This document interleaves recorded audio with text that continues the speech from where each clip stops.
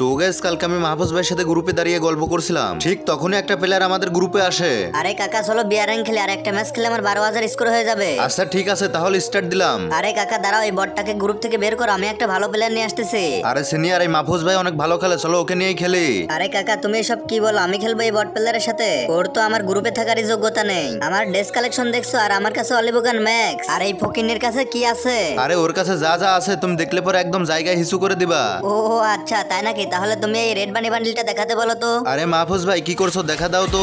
এই যে নাও তোমার রেড বানি বান্ডিল। এ কিরে, এই ফকিনের কাছে রেড বানি বান্ডিল কই থেকে আসলো? আচ্ছা তাহলে এবারে এই বান্ডিলটা দেখাতে বলো তো। আরে এটা তো কয়দিন আগেই দিয়েছিল, এই নাও। আর এইবার মাহফুজ ভাই তোমাকে এমন একটা বান্ডিল দেখাবে যেটা দেখার পর তুমি অজ্ঞান হয়েও যেতে পারো, কিন্তু সেটা দেখার আগে ভাই আমাদের 1 লাখ সাবস্ক্রাইবার হতে আর অল্প কিছু সাবস্ক্রাইবার লাগে। তার জন্য সবাই কষ্ট করে ভিডিওতে লাইক করে এই চ্যানেলটা সাবস্ক্রাইব করে দাও। আর নিচে অস্থির একটা ভিডিও মেনশন করা আছে, সবাই একটু দেখে আসবা। এই যে ভাইয়া ফ্রি ফায়ারের সব থেকে দামি বান্ডিল গোল্ডেন সাকুরা। এখন দেখো কার গ্রুপে থাকার যোগ্যতা নেই।